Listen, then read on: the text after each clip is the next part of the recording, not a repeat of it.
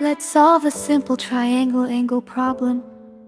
In any triangle, the sum of all interior angles is 180 degrees. Now suppose we are given two angles. Angle A is 50 degrees, and angle B is 60 degrees. To find angle C, we subtract the sum of angles A and B from 180 degrees.